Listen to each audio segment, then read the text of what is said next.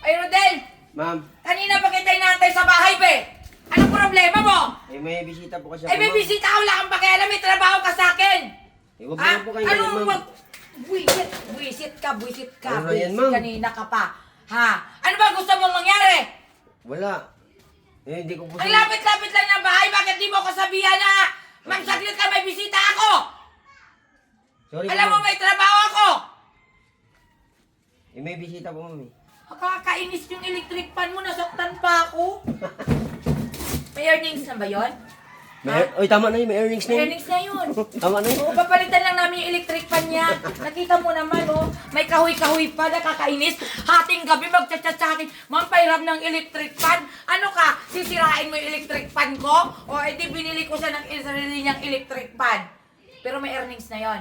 Oy, tama na yun. May earnings na yun. Okay na yan, game earnings na yan.